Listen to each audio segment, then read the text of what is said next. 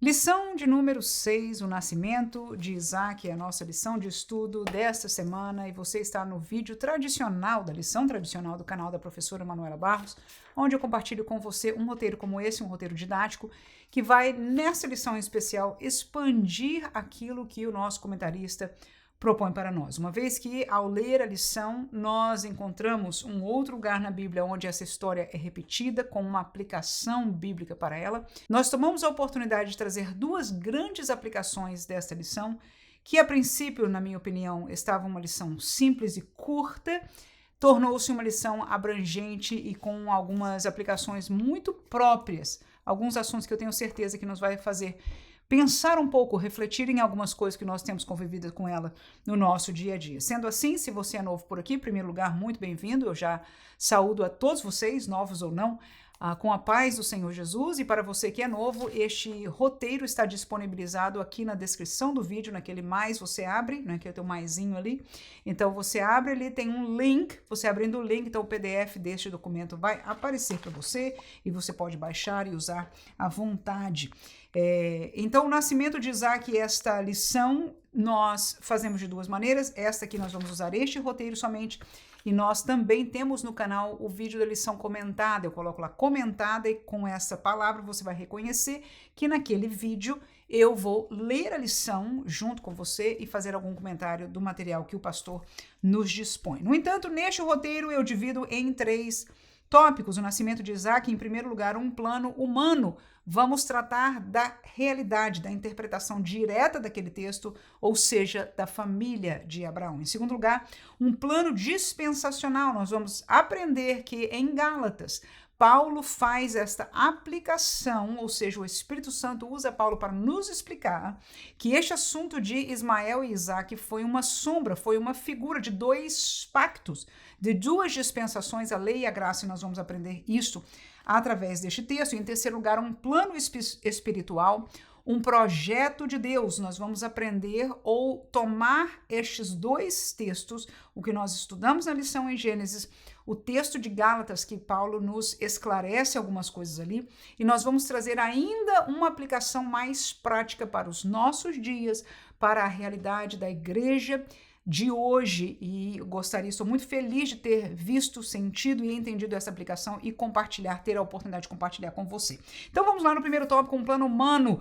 Ou seja, baseado neste tópico, você vai perceber que todo o estudo da nossa lição de número 6 está baseado nele.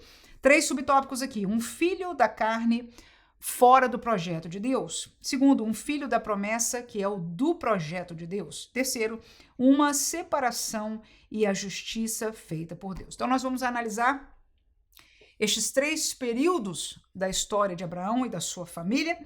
E, em primeiro lugar, trata-se do filho da carne fora do projeto de Deus. É o texto que nós encontraremos no capítulo 16 de Gênesis, versículo 2 a 4. Claro, isso que para a gente é uma lembrança daquilo que nós já estudamos no passado, mas está bem próprio com o assunto desta lição. 2 a 4, e depois eu vou ler ainda o versículo 15 lá no final com você. Diz assim o versículo 2 do capítulo 16 de Gênesis: E disse Sarai a Abrão: Eis que o Senhor me tem impedido de gerar. Entra, pois, a minha serva, porventura terei filhos dela. E ouviu Abraão a voz de Sarai.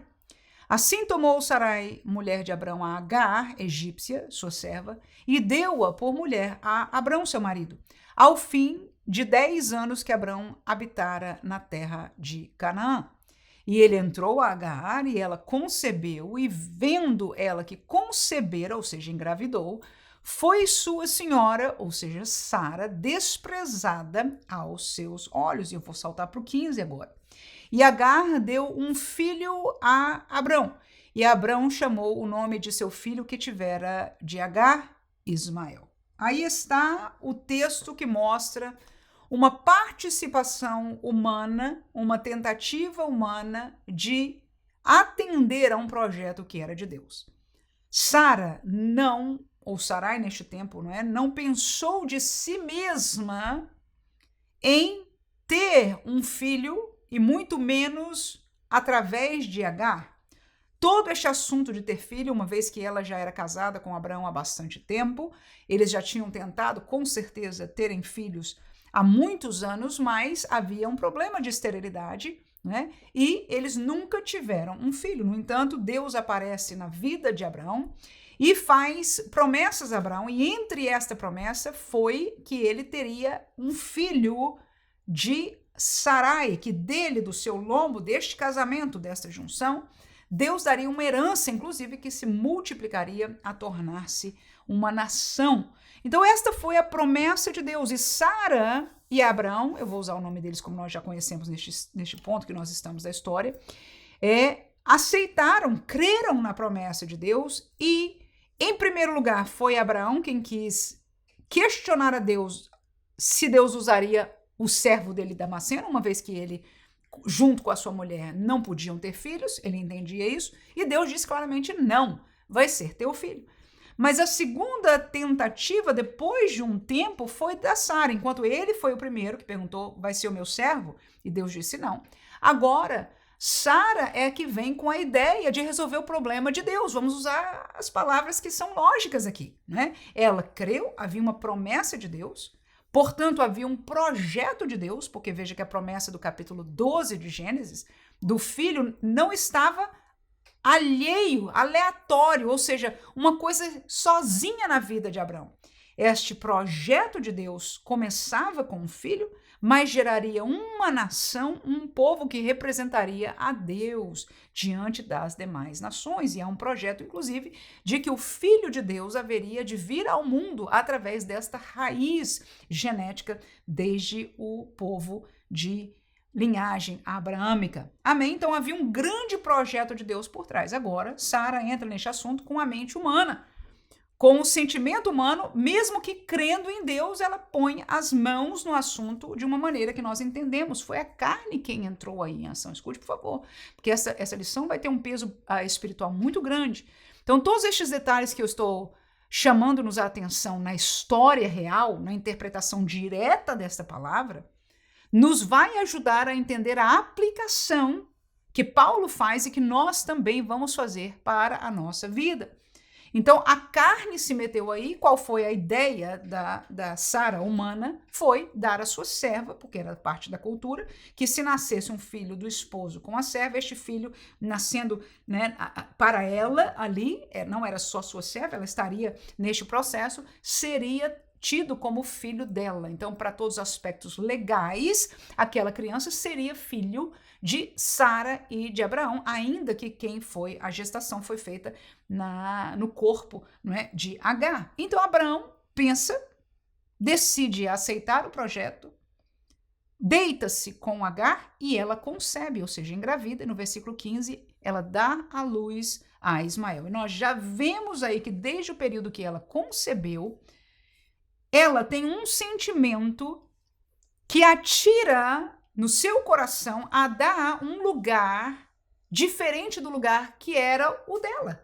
Ela era uma serva, uma escrava, ela servia a Sara, mas no momento que ela estava grávida de seu senhor, a Bíblia diz, nós lemos aqui, que ela começou a desprezar a sua senhora. Algo no seu coração mudou, veja bem, não se mudou somente no físico, não foi só uma gravidez, algo no coração dela mudou e por causa disso a sua atitude, a sua reação para com a sua senhora mudou e indiretamente com todos, para com Abraão, enfim, e com o filho que haveria de nascer. Segundo subtópico, um filho da promessa do projeto de Deus.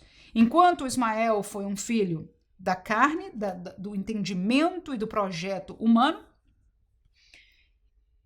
Isaac foi o filho da promessa. Gênesis capítulo 18, versículo 10 e o 14, diz o seguinte, disse, certamente tornarei a ti por este tempo da vida, e eis que Sara, tua mulher, olha lá, quem vai ter filho é Sara, tua mulher terá um filho. E essa palavra veio daqueles anjos, os mesmos que falaram sobre o assunto de Sodoma e Gomorra, na classe passada nós estudamos. Continuando aí. E ouviu Sara à porta da tenda que estava atrás dele. Eu vou saltar para o 14. Haveria coisa alguma difícil ao Senhor? É o próprio mensageiro de Deus que está falando com Sara, uma vez que ela riu e ela questionou isso. E ele repete a promessa. Ao tempo determinado, tornarei a ti por este tempo da vida e Sara terá um filho. Então essa foi a última vez que a promessa de Deus foi refeita para aquele casal. A primeira vez tinha sido 25 anos atrás, quando Abraão tinha 75 anos de idade, foi a primeira vez que Deus fala. Deus repete aproximadamente 10 anos depois, e então desta feita agora, Deus fala agora já dizendo que chegou o tempo do cumprimento dessa promessa. Portanto, no capítulo 21 agora de Gênesis, vamos ler os 3 primeiros versículos e nós vamos ver essa realidade, que diz: E o Senhor visitou a Sara, como tinha dito. E fez o Senhor a Sara como tinha falado. E concebeu Sara e deu a Abraão um filho na sua velhice, ao tempo determinado que Deus lhe tinha dito. E chamou Abraão o nome de seu filho que lhe nascera, que Sara lhe dera, Isaque. Então está aí o cumprimento da promessa de Deus na vida daquele casal. Então nós temos um filho da carne fora do projeto de Deus, nós temos o filho da promessa que foi o próprio projeto de Deus. E agora nós vamos ver uma separação, e vamos ver uma obra de justiça feita por Deus. Capítulo 21 de Gênesis, do 9 ao 12. O texto diz o seguinte: E viu Sara que o filho de Agar, a egípcia, que esta tinha dado a Abraão, zombava. E disse a Abraão: Deita fora, Sara diz a Abraão, deita fora esta serva e seu filho, porque o filho desta serva não herdará com meu filho, com Isaque. E pareceu esta palavra muito má aos olhos de Abraão por causa do seu filho. Porém, Deus disse a Abraão: Não te pareça mal aos teus olhos acerca do moço e acerca da tua serva. Em tudo o que Sara te diz, ouve a sua voz, porque em Isaque será chamada a tua semente. O que eu vou mostrar-nos aí? O que a palavra de Deus nos ensina aí? Nos ensina que o filho de Agar, agora não só Agar desprezou Sara, mas quando nasceu o menino Isaque, o menino da promessa, o menino que Deus projetou, portanto, presta atenção, o projeto de Deus para aquela família por fim chegou. A verdade, a solução, a revelação de Deus se fez carne, se tornou realidade. Agora, aquele que tinha em parte usurpado um certo lugar, aquele que tinha nascido do projeto da carne, estava zombando. Ou seja, não houve um relacionamento correto, porque toda a família devia estar esperando o filho da promessa, porque era o projeto de Deus. Então, quando esta cisão, esta briga, e o pastor nos chama a atenção aqui em alguns subtópicos dele, não é? A questão da convivência tornando-se insuportável. Então, o que acontece é que Sara diz, não pode ser assim, e manda Abraão dizer, olha, se livra dela e do menino. A reação humana de Abraão é muito própria. Ele achou uma injustiça, ele não podia fazer isso com o seu filho. Não seria ético. No entanto, a voz de Deus entrou em questão. E eu quero fazer-nos entender isso na prática aí. Não há ninguém que seja mais justo do que Deus. E os propósitos de Deus, presta atenção, são sempre para bem e para salvação. Nós, presta atenção, Deus não nos tira o direito de escolha. Mas Deus muitas vezes move situações na nossa vida para que nós possamos escolher o certo. Amém? Deixa eu voltar aqui. Se nós continuássemos no caminho que estava, mesmo que para os olhos humanos nós dissemos, isto é justo, eu também sou filho, isto é justo, a serva deu-se para ser engravidar pelo menos ela tem que ficar em casa. Quando nós olhamos com os olhos humanos, é natural nós lermos segundo a nossa ótica natural. Mas para uma realidade divina e espiritual, Deus sabia que não funcionaria assim. Então ele permite algo que aos nossos olhos não é que, presta atenção, Deus não está fazendo injustiça. É muito importante nós partirmos do princípio real e bíblico que nos foi revelado, que nosso Deus é um Deus justo. Ele é um justo juiz. E presta atenção, ou nós cremos nisso, ou nós não cremos nisso. Amém? Estamos juntos aqui. Então, entendendo que Deus é justo, então nós vamos olhar para esta história e vamos dar um passo além e tentar entender mais, porque Deus não precisa se explicar para nós. Mas muitas vezes apraz a Ele que nós entendamos, apraz porque Ele nos ama e nos quer fazer conhecê-lo. Agora, escute, por favor. Se este problema tivesse ficado em casa, nós encontraríamos uma história de uma família acabada até o fim da sua história. No entanto, quando Deus diz, dá ouvido a Sara e manda a senhora embora com seu filho. Parece uma injustiça, mas eu vou dizer o que eu vi nesta lição aqui e uma aplicação que tornou-se preciosa para a minha vida. Ao Agar e Ismael estarem longe da família, longe da estabilidade, do lugar onde eles podiam ter aproveitado e celebrado junto o filho da promessa. Eles não fizeram. Ok? Pelo contrário, eles se colocaram numa posição que não era a posição adequada, não era a posição deles.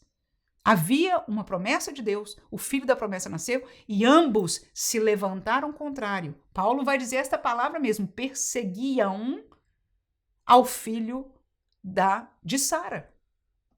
Ok? Ora, uma vez que eles foram mandados embora, eles tiveram uma oportunidade ímpar e foi o que aconteceu. Ao estarem longe, o menino clamou e a mãe também. E eles tiveram uma oportunidade única de se encontrar com o Deus de Abraão. Algumas vezes, quando nós ficamos dentro do lugar da divergência, nosso coração se endurece e nós não teríamos a oportunidade de que com o coração, no momento, numa estrutura, numa posição, é melhor esta palavra, certa, nós encontremos a Deus. E porque este lugar emocional aconteceu, Deus veio ser este Salvador, este que trouxe justiça, esse que trouxe o cuidado para a vida de Agar e para a vida de Ismael. Nós não lemos este texto aqui, nós vamos ler um pedacinho dele mais adiante, mas eu quero já trazer essa luz de aplicação que nós vamos fazer no terceiro subtópico. O fato é que nós aprendamos, Deus não só permitiu, ele mandou Abraão e disse, pode dar ouvido a Sara. A palavra de Sara caiu mal a Abraão e quando nós escutamos, nós também achamos que não é justo. No entanto, Deus tinha um porquê. Não saía fora da justiça de Deus, porque Deus não faz injustiça. Ele foi justo para com Ismael, que era filho de Abraão. Amém? Então, mas no processo, Deus permitiu algo mais para com ele e para com a sua mãe, cujo lugar emocional e espiritual eles jamais encontrariam se tivessem ficado na casa de Abraão. Em segundo lugar, nós vamos a Gálatas, porque nós vamos ver esta mesma história sob a ótica que o Espírito Santo revela a Paulo. 3 subtópicos aí. Primeiro, o tópico é um plano dispensacional, lei e graça. Em primeiro lugar, Ismael simboliza a lei. Em segundo lugar, Isaac simboliza a graça. Em terceiro lugar, um terreno e outro celestial. Vamos ler este texto aqui em Gálatas, capítulo 4, do versículo 22 ao versículo 25. O texto diz o seguinte: porque está escrito que Abraão teve 2 filhos, um da escrava e outro da livre. Todavia, o que era da escrava nasceu segundo a carne, por isso eu chamei de o filho da carne, segundo a carne, ok? Mas o que era da livre, ou seja, de Sara, era por promessa. O que se entende por alegoria. Veja aí, eu quero fazer uma pausa aqui com você. A Bíblia que mostra que a história que nós lemos no Antigo Testamento, ela tem uma interpretação para aquele tempo.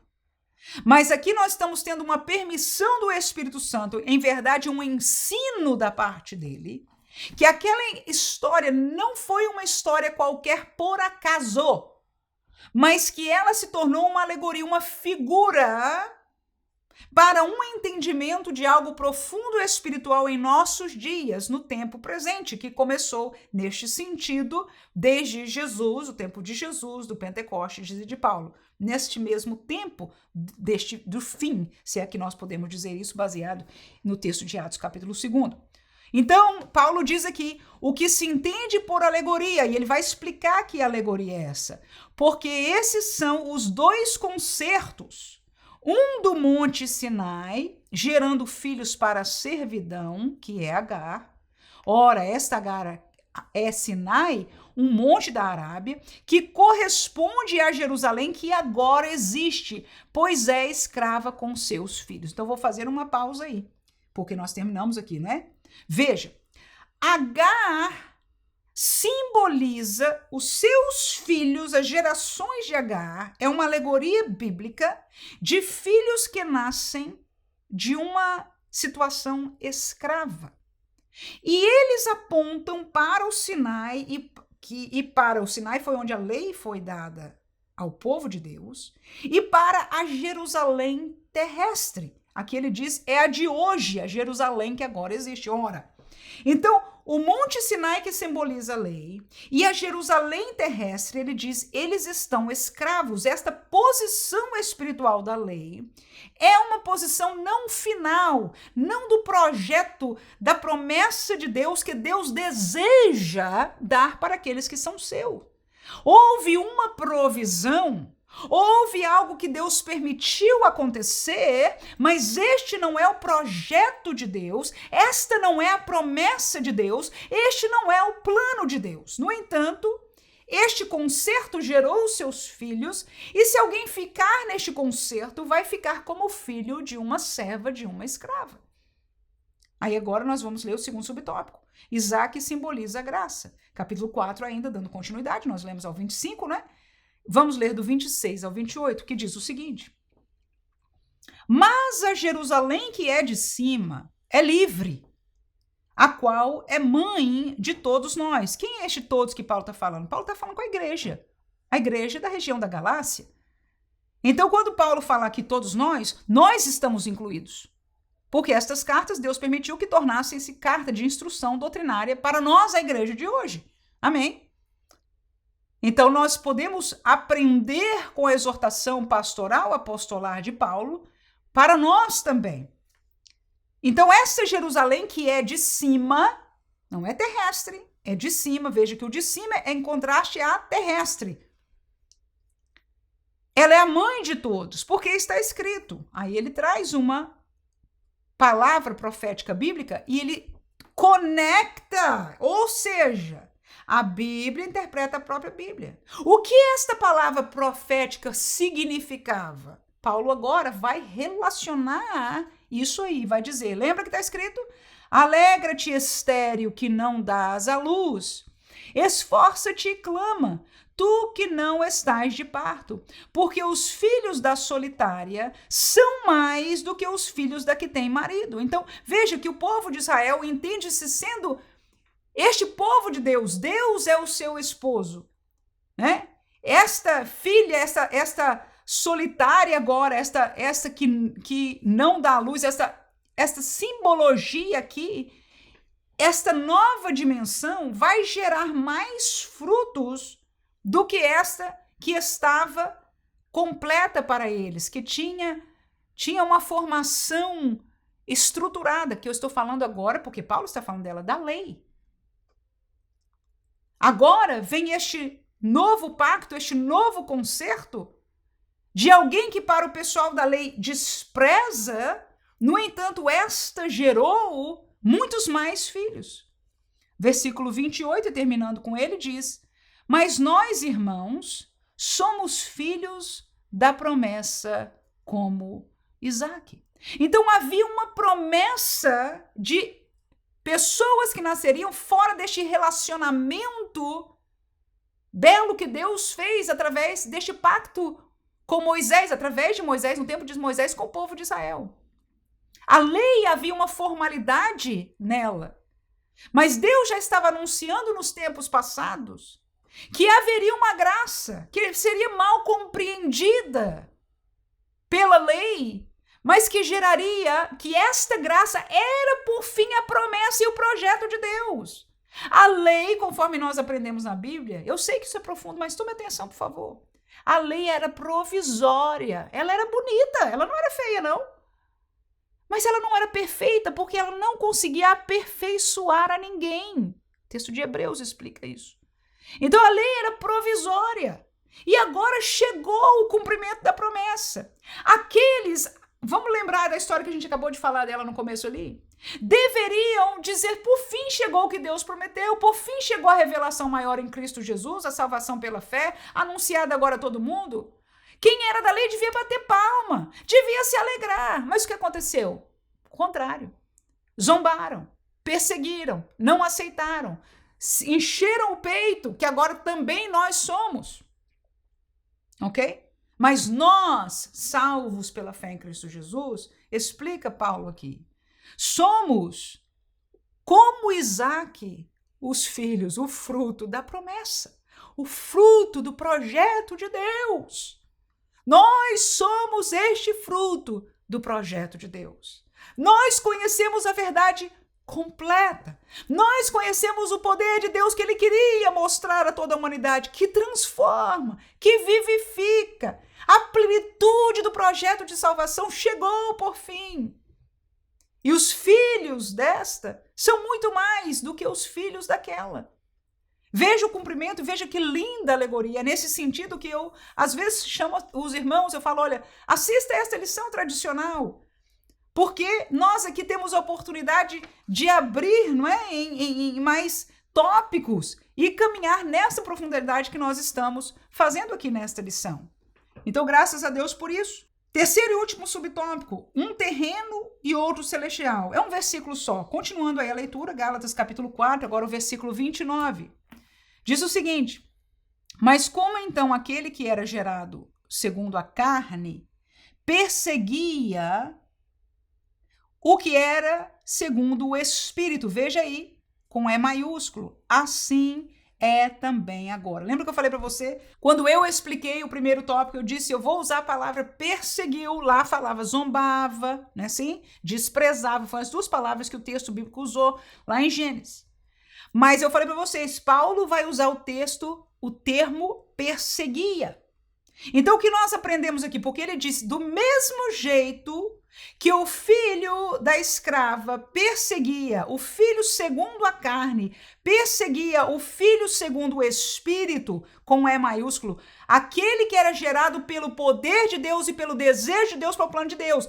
E Paulo acabou de nos lembrar, nós somos estes filhos gerados do Espírito. Nós somos o projeto de Deus feito vivo. A igreja do Senhor Jesus, os salvos pela fé em Cristo Jesus. Aprendemos, estamos gratos a Deus por este entendimento. Mas, Paulo diz, é o que nós vamos terminar aqui. Do mesmo jeito que aquele rapaz perseguia, ele e sua mãe perseguia ao Isaac, hoje também, no caso do tempo de Paulo, ele diz também é agora. Qual era o tempo de Paulo? As pessoas da lei, os seguidores da lei, os filhos da lei perseguiam aos filhos da graça, aos filhos da fé em Cristo Jesus. Agora, o que nós vamos fazer no terceiro tópico é aplicar até fora, ou até mais para cá do tempo de Paulo, porque a aplicação de Paulo, presta atenção, a aplicação de Paulo não foi para nós, porque nós não convivemos com os que estão segurando-se na lei. Não é o contexto da igreja brasileira, não é o contexto da igreja americana, não é o contexto da igreja ocidental como todo, ok? Então, nós vamos agora, neste último tópico, entender ou aplicar esta mesma palavra, este mesmo entendimento espiritual para a nossa realidade de hoje. Então, eu convido você ao terceiro tópico, um plano espiritual, projeto de Deus. Letra A, filho do Espírito, era o projeto de Deus. Letra B, filho da livre, foi perseguido. Letra C, filho da carne, Deus manda lançar fora. Primeira coisa desta parte agora 100% espiritual. Nós vamos falar nesse terceiro subtópico, no terceiro tópico, primeiro nós falamos do lado humano, da interpretação humana, real, interpretação como foi na família de Abraão. Segundo lugar, nós falamos dispensacional, que foi o que Paulo nos explicou, lei e graça. E agora nós vamos falar no plano espiritual, ok? Vamos falar na dimensão do projeto de Deus. Então, em primeiro lugar, O filho do Espírito, neste paralelo do que Paulo chamou, é o projeto de Deus. Deus projetou que Abraão tivesse filhos segundo a fé. Amém? Ele queria filhos de fé e veria Cristo Jesus, e ele já veio. E nós aceitamos, nós cremos e por isso entramos no caminho da salvação. Nós, portanto, somos filhos espirituais nascidos de novo e temos o Espírito habitando em nós. Ok? Este era o projeto de Deus. Capítulo 1 de João, versículo 13 diz: os quais não nasceram do sangue, nem da vontade da carne, nem da vontade do varão, mas de Deus. Então, houve gente que nasceu espiritualmente, nasceu da vontade de Deus. Inclusive, João, eu não li aí o versículo 12, mas é aquele texto que diz: deu-lhes o poder de serem feitos filhos de Deus ao que creem no seu nome. Então, ele está falando daqueles que eram agora chamados de filhos de Deus, portanto, filhos do Espírito de Deus, do projeto de Deus, e são estes que não vieram do cumprimento de coisas na carne ou no sangue, mas do coração de Deus, do querer de Deus, da vontade de Deus. Seguindo a isso, João capítulo 3, versículos 5 e 6, Jesus responde a Nicodemos: na verdade te digo, que aquele que não nascer da água e do Espírito, então o nascimento do Espírito, não pode entrar no reino de Deus. E versículo 6, ele diz: o que é nascido da carne é carne, e o que é nascido do Espírito é Espírito. Ou seja, de Abraão nasceram 2 filhos na carne, mas um era filho neste sentido de aplicação do Espírito, porque era o projeto de Deus, era a promessa de Deus, era o querer espiritual de Deus e tinha um propósito de Deus para ele. Quando nós aplicamos e vemos essa realidade agora no Novo Testamento, somos nós, os filhos gerados pela fé, que somos este projeto de Deus que já vingou, que já existe. Segundo subtópico, filho da livre foi perseguido. Gálatas capítulo 4, versículo 24, nós já lemos, mas vamos ler mais uma vez, olha lá o que diz. Mas como então, diz o texto, aquele que era gerado segundo a carne, perseguia o que era segundo o Espírito. Assim também é agora. Segundo os Coríntios capítulo 4, versículos 6, 7 e depois o 9. Então nós vamos aprender aqui que a Bíblia fala de uma perseguição de alguns que estão dentro do contexto de Deus. Então eu vou sair da lei, mas eu vou entrar, presta atenção como é que eu vou fazer essa aplicação aqui. Alguns que estão dentro do nosso contexto da igreja, ok? Mas que não estão firmados, vinculados no projeto de Deus tal como é. Este projeto nasceu o filho, ou a herança dele, e a herança dele era a promessa feita a Abraão, que na sua semente as famílias da terra, somos nós, inclusive os gentios, ok? Então, esta geração que foi o projeto de Deus, baseado nesta verdade revelada agora para nós, o Evangelho de Cristo Jesus, estamos juntos? Ela é uma verdade só. É um evangelho só, é um caminho só e uma doutrina só. No entanto, vamos olhar na prática da igreja hoje. Nós encontramos doutrinas diferenciadas. Algumas delas contrárias umas à outra. Alguém da mesma Bíblia diz: Deus salva desta maneira. A exemplo, o que nós acabamos de falar. Pela fé em Cristo Jesus, alguém se arrepende, alguém crê, como João 3,16 diz, quem crê, ele é salvo. Outros, da mesma fé cristã, dizem não, Deus assinala alguns para a salvação e outros para a perdição. Ele é soberano, ele pode fazer, e é o que ele quis fazer. Porque que ele pode fazer, eu sei. Mas a minha pergunta para estes é o que ele quis fazer, porque ele mostrou na Bíblia algo diferente daquilo que eles veem. No entanto, eu mostrei só 2 grupos que estão com entendimento de Deus diferentes. Ora, algumas vezes, presta atenção, essas duas crenças não tem como se juntar, simplesmente não tem. Muitas pessoas já tentaram, irmão. Muitas pessoas têm tentado. Porque nós não gostamos de confusão, de separação. No entanto, o caminhar disso aqui nos tem levado à situação que, no passado histórico recente, nós não caminhamos juntos. Nós estamos debaixo do mesmo nome, cristianismo, nós carregamos uma mesma Bíblia, mas nós não estamos juntos. Porque essa diferenciação é muito grande. Não é igual, não tem como reconciliar. Agora, presta atenção. O meu grupo, que eu e você fazemos parte, nós oramos para que eles venham ao conhecimento da verdade. Amém? E eles, porque temem a Deus, oram para que nós venhamos ao conhecimento da verdade. Faz sentido isso? Agora só há uma verdade. Então, como se reconciliar? Presta atenção. Lembra daquilo que nós falamos? Quando nós nos separamos, eu vou chegar a essa conclusão com textos bíblicos daqui a pouco. Quando nós nos separamos, nós temos a oportunidade de cada um clamar a Deus e encontrar a Deus. Encontrar a verdade de Deus. E Deus é aquele que tem mais interesse de que nós encontremos a verdade. Principalmente se, ao não encontrar a verdade, eu estou colocando em jogo a minha salvação. Porque ninguém mais deseja a salvação do homem, irmãos, do ser humano, do que Deus. Nós desejamos uns para os outros, mas ninguém deseja mais do que Deus. Este era o projeto, este era o plano de Deus. E ele foi e sacrificou a Jesus para que funcionasse, para que eu e você pudéssemos ser salvos. Deus não tem prazer na perdição de ninguém. Deus não tem ganho nem alegria por brigas doutrinárias, diferenças, não. Deus quer salvar. Agora, infelizmente, Deus diz, olha, são caminhos separados, vou fazer uma aplicação aqui. Então separa, deixa ela aí. E olha, vamos fazer agora uma aplicação para nós aqui. Enquanto por muito tempo nós andamos caminhando separados e cada um podia clamar a Deus e buscar a palavra de Deus e encontrar a verdade e achar a salvação nele, porque a salvação vem dele e a revelação está aqui para nós, ok? Então nós estávamos separados, mas amigos, eu vou ler texto sobre isso agorinha mesmo, mas eu quero que você entenda o meu pensamento primeiro dessa aplicação, ok? Nós estamos separados porque nós entendemos que estas duas verdades não podem, não se comungam, simplesmente não se comungam. Qualquer pessoa que tenha razão sabe e entende isso. Então, nós não odiávamos uns aos outros, mas estávamos separados, porque o fato é que há uma verdade. Ou nós estamos certos neste assunto, e há vários assuntos em que há diferenciação entre nós. Ou eles estão certos, ou ninguém está certo, mas não há mais do que uma verdade de Deus. Será que isso é simples de entender?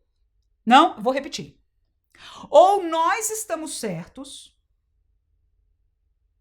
que Deus salva pela fé de cada um decide aceitar, se arrepende e crê em Jesus e, portanto, aceita a graça que foi estendida.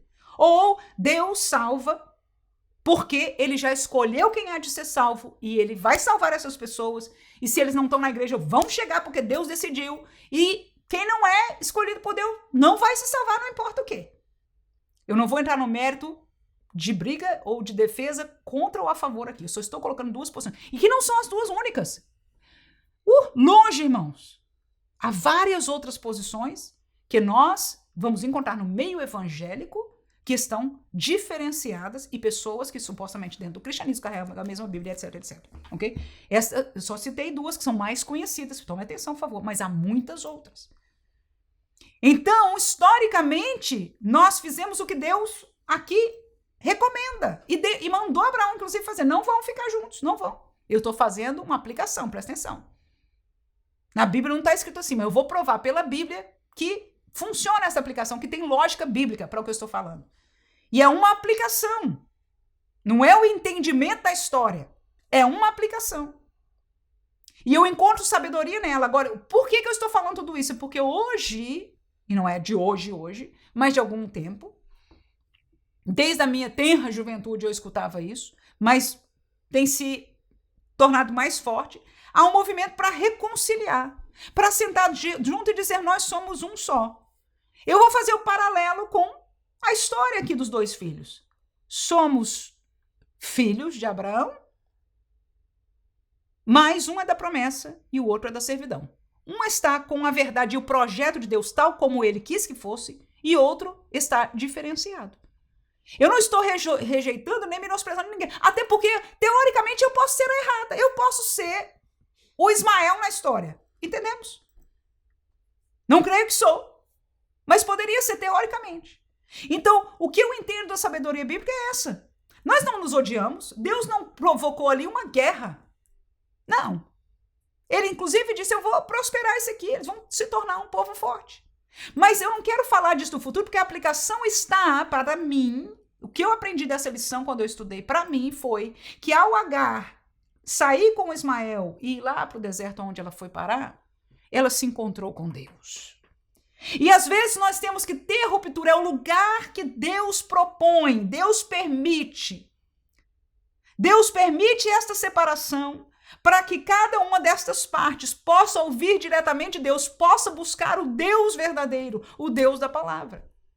E aquele que busca, que teme ao Senhor, Deus tem prazer em fazer se revelar e essa pessoa encontrar o caminho da salvação. Amém? Mas muitas vezes nós queremos unir, queremos manter a unidade, e se Abraão forçasse, veja bem, porque Abraão, não, eu acho o seguinte, pelo que eu vejo da história, inferência direta da história, se Deus não tivesse dado a ordem a Abraão não ia escutar Sara, não. Ia dizer, não, Sara, desculpa, mas é meu filho, vai ficar. Ela fica na casinha dela ali, mas vai ficar no meu terreno, vai ficar debaixo do meu cuidado, porque é o meu filho. Então, Abraão não deixaria ir, só Abraão deixou ir, presta atenção, porque Deus mandou. Então, nós não somos pró da separação. Mas se Deus dirige assim, nós temos que entender que há um porquê. E isso pode aplicar para denominações e para tempos da nossa vida, para lugares onde nós estamos, são aplicações. Mas eu quero enfatizar isso aqui. A Bíblia não nos chama, não nos faz brigões, separadores, xingadores do outro lado, não. A Bíblia nos leva, desde Paulo, Jesus, Pedro, João, a lutar, a levantar a verdade de Cristo como verdade. Essa é a nossa luta. Essa é a nossa bandeira. Esta aqui está a nossa fé, a revelação da promessa de Deus. Porque salvação é o projeto de Deus, é a promessa de Deus. E se todos nós olharmos agora, algumas vezes Deus sabe que é necessário esta cisão, porque é ali que ele vai entrar em contato direto com destas partes e vai permitir um lugar até, entre aspas, de sofrimento para que, em estar quebrantado diante de Deus, essa pessoa possa achar a Deus, possa encontrar o plano de Deus para ela. Amém? E às vezes pode haver conciliação futura e às vezes pode estar separado, mas dentro daquilo que é de Deus. E agora nós estamos não falando da história de Abraão, mas de uma aplicação. Amém? Um resumo, então, aqui para que eu não seja mal entendida. Nós não estamos de acordo com divisões, nós não gostamos de divisões para todos os efeitos. Se nós reagimos entre denominações, ainda devemos dizer, são meus irmãos. Se nós estamos dentro de uma mesma denominação, são nossos irmãos. E quando lidamos com outras áreas, que enquanto aqui neste vídeo tradicional eu enfatizei uma divisão teológica que dividiu historicamente denominações, na outra aula comentada, não só eu usei a exemplo o que aconteceu com Martinho Lutero, mas eu trouxe aplicações dentro da realidade da família e dentro da realidade pentecostal, para provar a você aquilo que eu acabei de dizer, que esta aplicação ela é aplicável em outros lugares. E há um propósito de Deus em todas as coisas. No entanto, eu quero deixar bem claro os 3 pontos necessários para nós podermos concordar. Até então, são nossos irmãos, nós temos pais, e mesmo que haja uma separação, como nós dissemos, eu reenfatizo, nós amamos e desejamos todos que nós encontremos a verdade em Cristo Jesus. Mas quais são as 3 coisas necessárias por alta aplicação bíblica que nós acabamos de aprender? Em primeiro lugar, tem que haver uma diferença. E essa diferença não é uma diferença qualquer. É a diferença entre o plano de Deus aprendido pela revelação de Deus, aquilo que Deus falou, e Deus falou por essa palavra, amém? Então, Deus falou com Abraão que aquele menino, daquela mulher, era o plano. Então, se há um outro plano, se há um aparecimento de um outro plano feito pelo homem, que é diferente do plano de Deus, esta é a número 1. Se não houver isso, não se fala no assunto, não se pensa no assunto. Vamos até nos olhar se nós não estamos com alguma coisa errada em nós mesmos. Não queremos divisão, não aceitamos divisão. Mas se houver esta diferença entre o plano de Deus, a verdade de Deus, né, revelada, e alguma feita pelo homem, é o primeiro, não sozinho. Os 3 têm que estar juntos. E o terceiro é o mais importante. O segundo há que haver, de acordo com este paralelo que nós estamos aprendendo do texto, uma perseguição, zombaria, menosprezo. Então você vai ver que o lado que o homem colocou, fez, e pode haver dos dois lados também, e estaríamos errados se fizesse, presta atenção. Mas quando há um lugar, um sentimento, uma realidade de menosprezo, de zombaria, de perseguição, e no caso do exemplo que eu dei aqui nesta aula, existiu historicamente, e em verdade existe até hoje. Então, quando isso acontece junto com a diferença, há este processo que, como o pastor falou aqui acerca de Sara, né, tornou-se insuportável, uma coisa que, não é, ou uma perseguição, e nessa aplicação, vamos entender que é uma perseguição espiritual.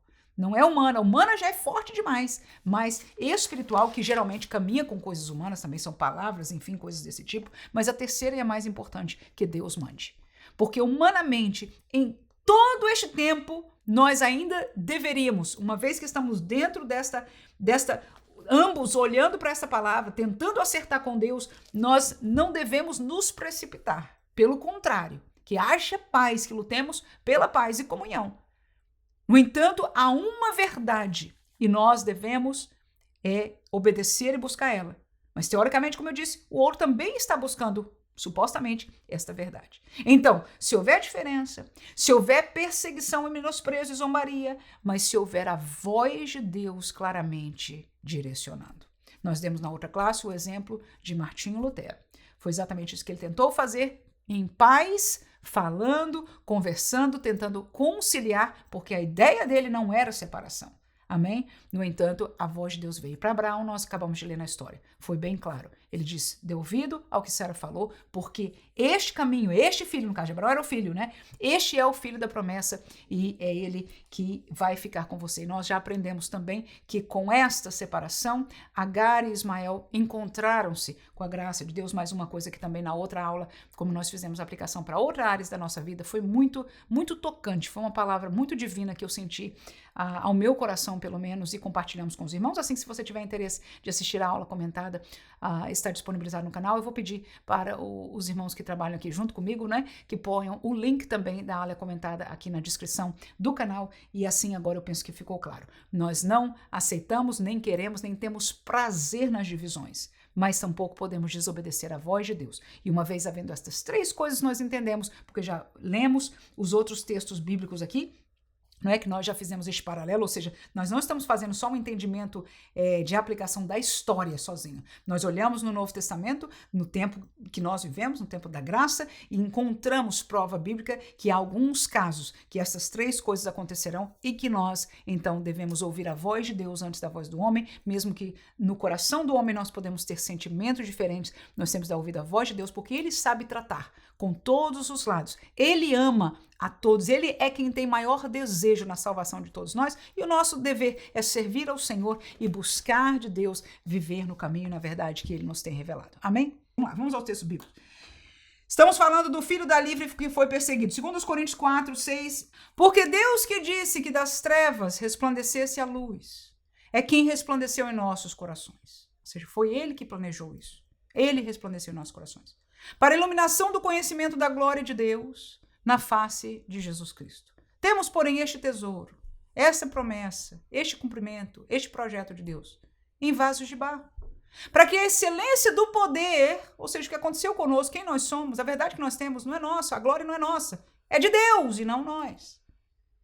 Eu saltei o 8, mas o versículo 9 diz: nós somos perseguidos, mas não desamparados, abatidos, mas não destruídos. Então, nós que vivemos o novo nascimento, nós que vivemos o projeto de Deus, este nascimento espiritual, a realidade da palavra escrita revelada, viva, alguém que, como Nicodemos ouviu, nasceu da água e do Espírito, alguém que foi transformado, alguém que foi, como diz o texto bíblico, transportado do poderio das trevas para o reino do Filho do seu amor. Estes milagres, essa transformação espiritual aconteceu conosco. E o texto diz, nós somos perseguidos, mas não desamparados. Então, aquele que vive na verdade espiritual vai encontrar perseguição. E o que nós aprendemos da Bíblia é que essa perseguição não vem só do mundo, mas muitas vezes de dentro da igreja. É importante nós notarmos que Pedro falou, Jesus falou e Paulo foi aquele que mais nos alertou, porque ele escreveu muitas cartas a muitas igrejas, desta realidade daqueles que se levantariam dentro da igreja para perseguir a verdade, que em nós não só foi revelada, mas é viva. Nós somos testemunhos do poder de Deus. Se alguém, presta atenção, por favor, vive o evangelho, dá fruto espiritual do evangelho, nós somos a prova do poder. Mesma coisa que Isaac foi a prova de que Deus teve poder de fazer de dois velhos, irmãos, nascer um filho. Deus tem poder de fazer um espírito morto, separado de Deus, ter vida e glorificar a Deus na dimensão que ele preparou. 2 Pedro capítulo 2, versículo 1 a 3 diz o texto. E também houve entre o povo falsos profetas, como entre vós haverá, olha aí Pedro falando, também falsos doutores, que introduzirão encobertamente heresias de perdição. Isso é dentro da igreja. Pedro está falando com a igreja, com os crentes. E negarão o Senhor que os resgatou, trazendo sobre si mesmos repentina destruição. E muitos seguirão as suas dissoluções, pelos quais será blasfemado o caminho da verdade. Então não é só o nome de Jesus, é o caminho da verdade. Existe uma verdade e um caminho. Mas este caminho vai um dia, Pedro diz, vai ser blasfemado. Vão dizer, não precisa ser assim. Não é um caminho apertado. Não tem doutrina. Tudo isso está fora de escopo. Vou seguir aí, Pedro, no versículo 3. Por avareza, estes farão de vós negócio com palavras fingidas. Ou seja, esta liderança não é honesta.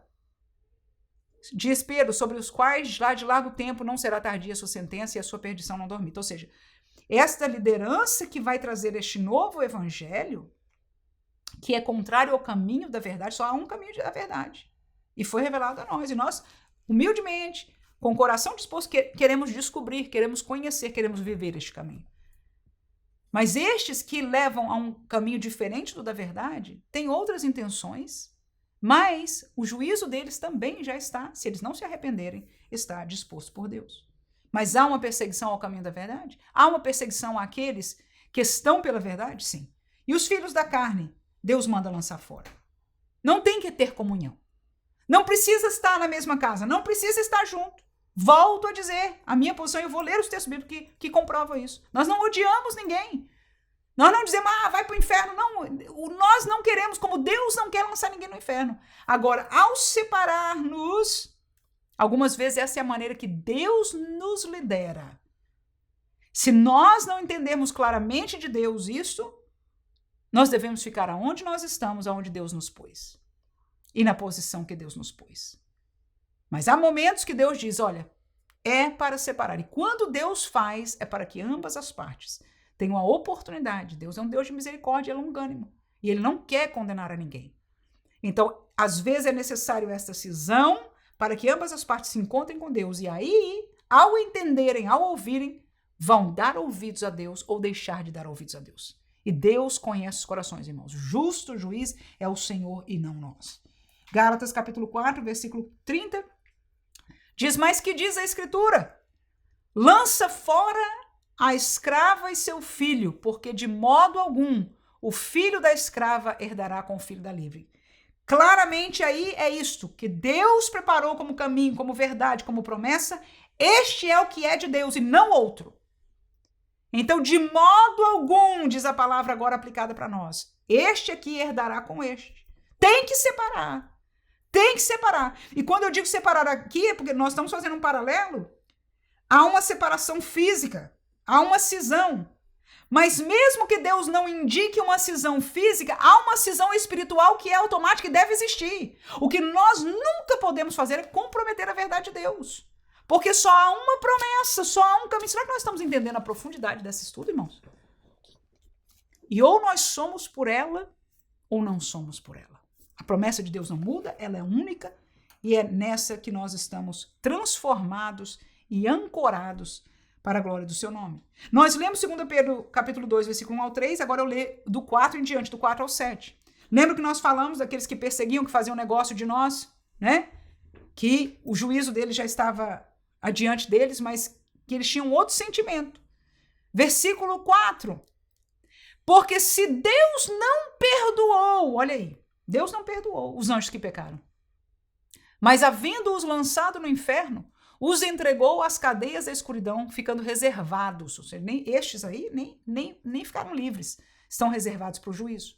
Não perdoou. Versículo 5, e não perdoou ao mundo antigo, mas guardou a Noé, que era o pregoeiro da justiça, com mais 7 pessoas ao trazer o dilúvio sobre o mundo dos ímpios. Não perdoou aqueles que não entraram, que não creram na palavra que Noé falou. Por quê? Não era a palavra de Noé, era de Deus. Que mais? Versículo 6. E condenou a subversão, ou seja, não perdoou a cidade de Sodoma e Gomorra, reduzindo-as a cinza e pondo-as para exemplo aos que vivessem impiamente.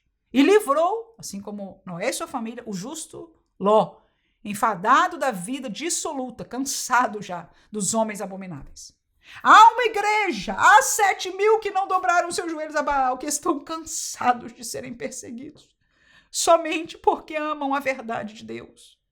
Eu quero nos lembrar que Deus não vai perdoar aqueles que abominavelmente se levantam contrário à verdade, fazem negócio do povo de Deus, manipulam em profecias que eu chamaria de profetadas, em toda sorte de manipulação que alguns de nós tem visto e gemido por dentro e por fora, e clamado ao Senhor, porque, Senhor, é a tua igreja.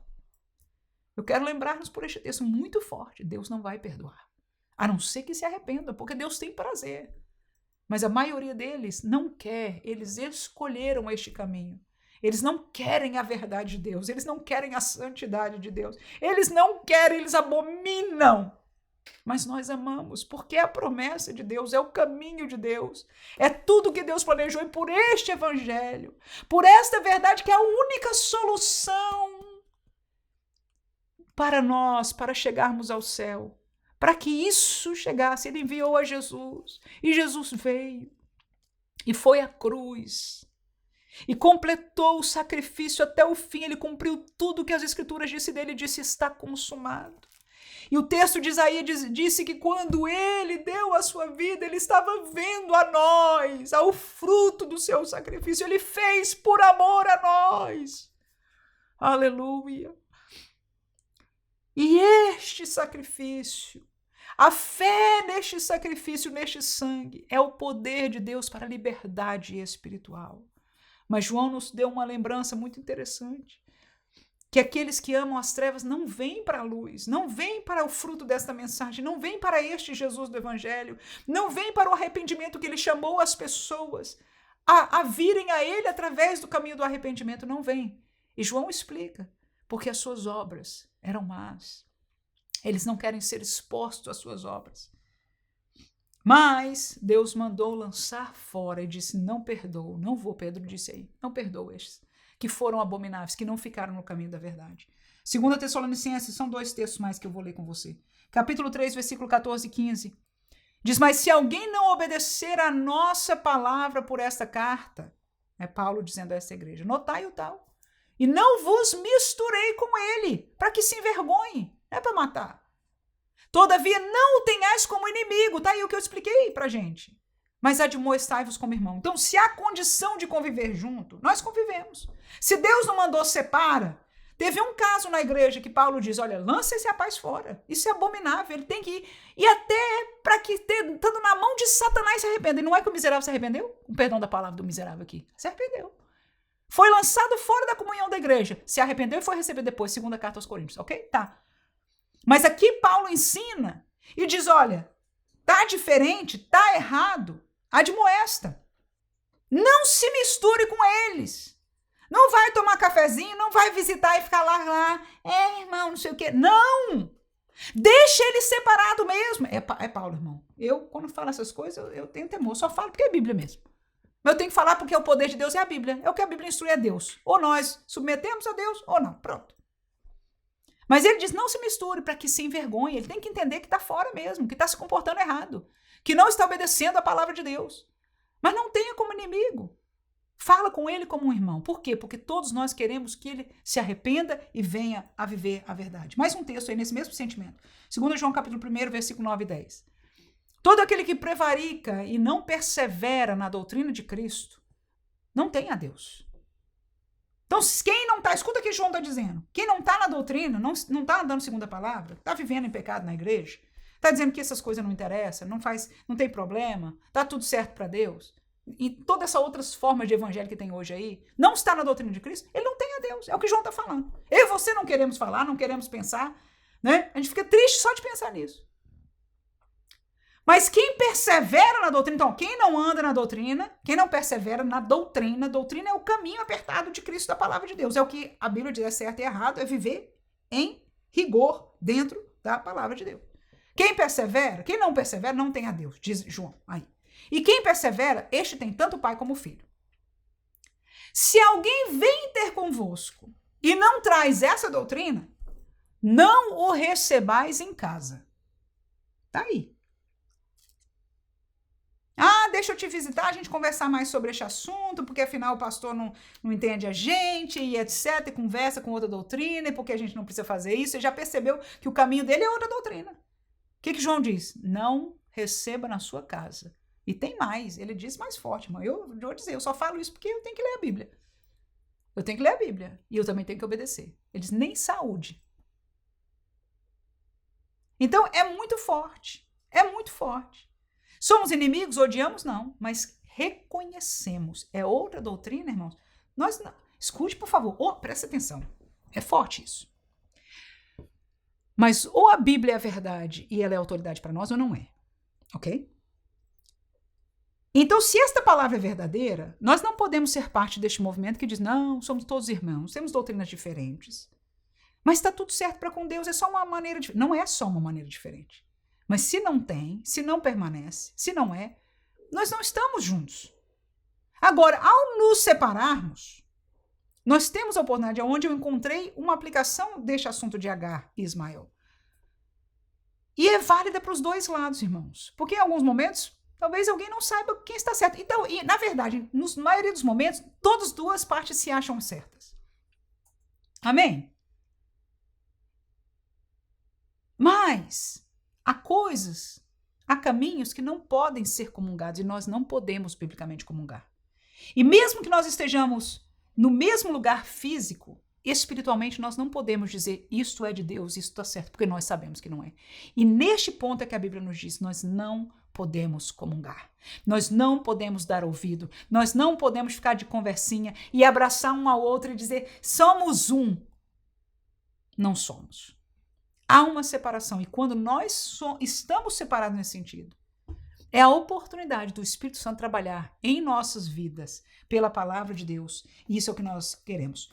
Ora, eu botei 3 comentários aqui no final. Só há um caminho, uma verdade e uma sã doutrina. É o projeto de Deus para a salvação. Quando doutrinas filhas, outras doutrinas nascem, Deus pode mandar-nos separar, dizer isso aí não é meu. Eu vejo muitas coisas no meio evangélico que eu sei que não são de Deus. E eu não tomo parte. Eu não digo, é meu também. Somos diferentes, mas estamos juntos. Não. Seguramente nós não podemos misturar. Algumas delas não se misturam. O filho separado, no caso Ismael, junto com sua mãe, se encontrará na posição de clamar a Deus e ouvi-lo. O que aconteceu com Agar, o texto diz, ela clamou. E a Bíblia diz que Deus ouviu o clamor do menino. Ambos clamaram. Ambos choraram. E Deus às vezes leva pessoas a um lugar de lágrimas. Escute, por favor, eu vou terminar com isso aqui. Para que lá eles conheçam o Deus que salva. Se nós intervirmos, se nós não permitirmos a operação de Deus, ao invés de trabalhar para a salvação dessas pessoas, nós estamos trabalhando para a perdição. Porque enquanto eles estiverem aqui se sentindo grandes, aqui se sentindo certos, aqui se sentindo que a posição deles, afinal, eles nunca vão achar a salvação em Deus.